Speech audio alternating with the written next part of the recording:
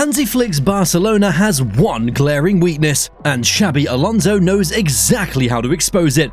Their high defensive line, usually a strength, could be their undoing against Madrid's lightning-fast transitions. But here's the twist: Alonso isn't just relying on counterattacks, he's implementing a press so precise it targets Barcelona's fullbacks the moment they overlap. Well, what I know is that nowadays you need a team that presses like a unit. Xabi Alonso didn't arrive at Real Madrid and immediately impose fixed tactics. Instead, he used the Club World Cup as a testing ground, treating each match like a live training session. With the team still adjusting after Ancelotti's departure, Alonso had limited time to implement his ideas ahead of El Clasico. Skeptics wondered if his success at Leverkusen, built on meticulous organization, could work with Madrid's star-driven squad. The opening match exposed immediate issues. Fran Garcia struggled defensively, caught out repetitively when opponents targeted his flank. Alonso's solution showed his flexibility. He moved Vinicius Jr. deeper to provide cover, transforming the Brazilian from pure attacker to a hybrid wingback. The adjustment preserved attacking width while shoring up Madrid's left side. Meanwhile, Courtois surprised opponents by regularly stepping into midfield during build-up, completing more passes outside his box than any keeper in the tournament. Opponents quickly identified Madrid's pressing triggers weren't synchronized. Teams bypassed their initial pressure by targeting gaps between midfield lines. Alonso responded by shifting formations 3 times across 5 games, from a 4-3-3 to a staggered 3-4-3, then finally landing on a fluid system where fullbacks tucked inside while wingers stayed high. The data reveals how these changes worked. Madrid's defensive actions in the attacking third increased by 28% by the tournament's knockout stages. The semi-final proved decisive, facing a compact defensive side. Alonso deployed Rodrigo as a false 9 between the lines, while Bellingham pushed forward unexpectedly from midfield rhombus shapes. This created overloads that forced opponents into desperate covering runs, exactly the scenario Alonso wanted to replicate against Barcelona's high line. These weren't random experiments. Each adjustment carried specific implications for how Madrid would approach Flick's Barcelona. The repositioning of Vinicius addressed concerns about Barcelona's overlapping fullbacks, while Courtois' distribution offered an escape route against their relentless press. What appeared as reactive tweaks during the Club World Cup were actually building blocks for Alonso's long-term plan. Madrid's shape had crystallized into what analysts now recognize as their signature hybrid system, defensively solid, yet capable of morphing into multiple attacking structures within the same move. The question wasn't whether Alonso had solutions, but whether they'd hold up against a Barcelona squad refining their own tactical identity under Flick. Every strategic gamble taken in the Club World Cup would soon face its ultimate test. Trent Alexander-Arnold has been facing the media today for the first time as a Real Madrid player.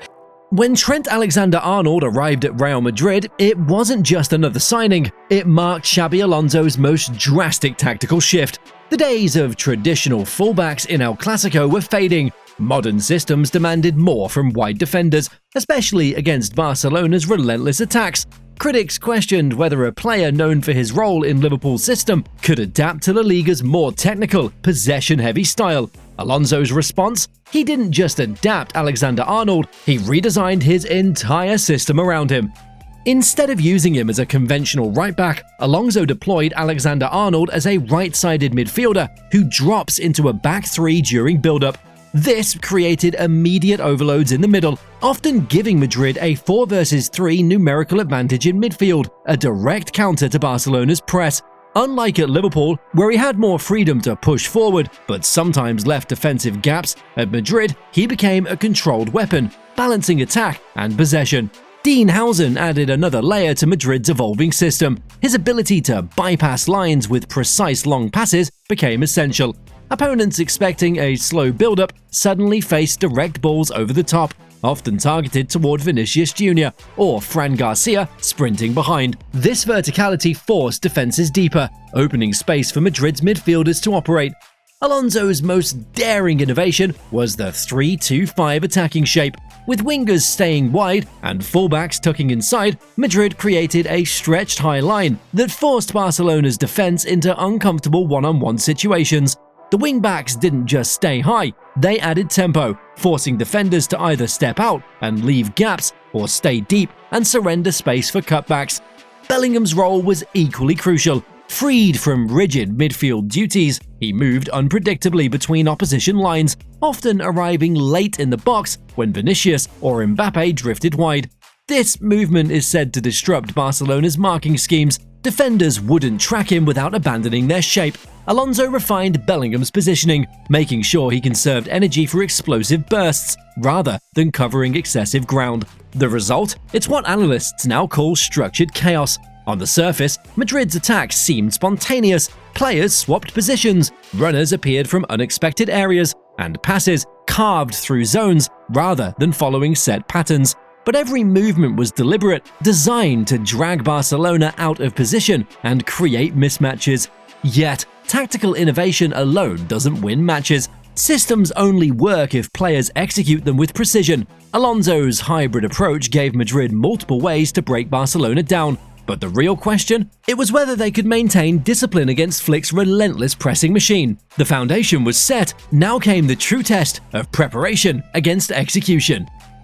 Barcelona's build-up thrives on luring teams into pressing at the wrong moments, then punishing them with diagonal balls behind the defensive line.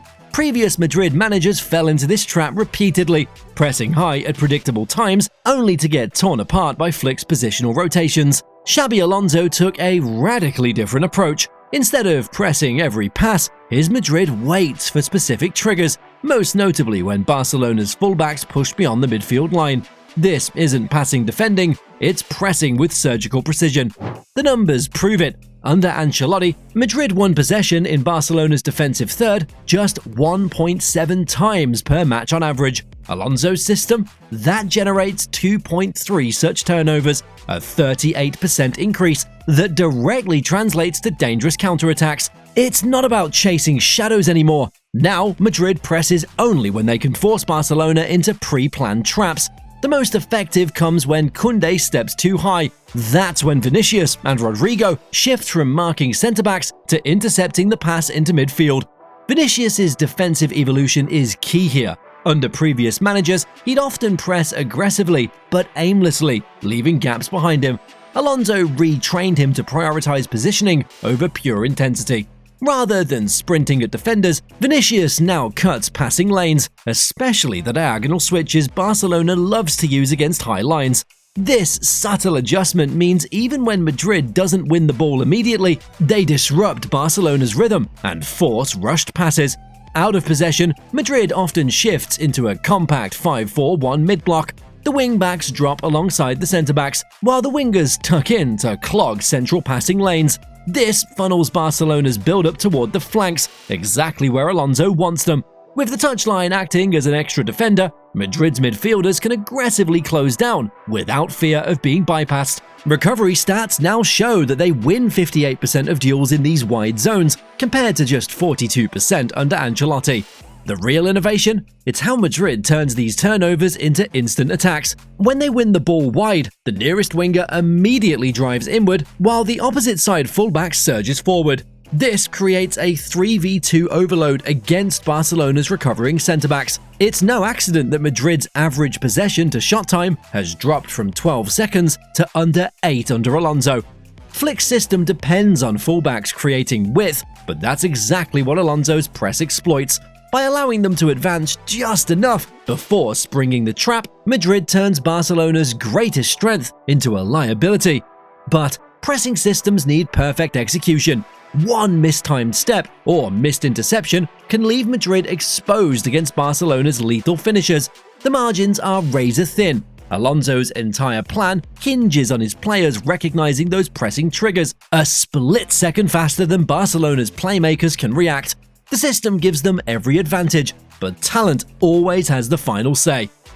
Alonso's Madrid isn't just reacting, he's building a system to dominate every El Clasico match this coming season, step by step. Every tactical tweak, from the hybrid fullback roles to the selective pressing, targets specific vulnerabilities in Flick's setup. But this is just the first move in a longer game. History shows these rivalries evolve. Mourinho and Guardiola, Klopp and Pep. their battles were won through layers of adjustments. Alonso has already proven he can adapt mid-match, but Flick will respond. The key question is whether Madrid's foundations are flexible enough to keep evolving. One thing's clear: El Clasico has entered a new tactical era.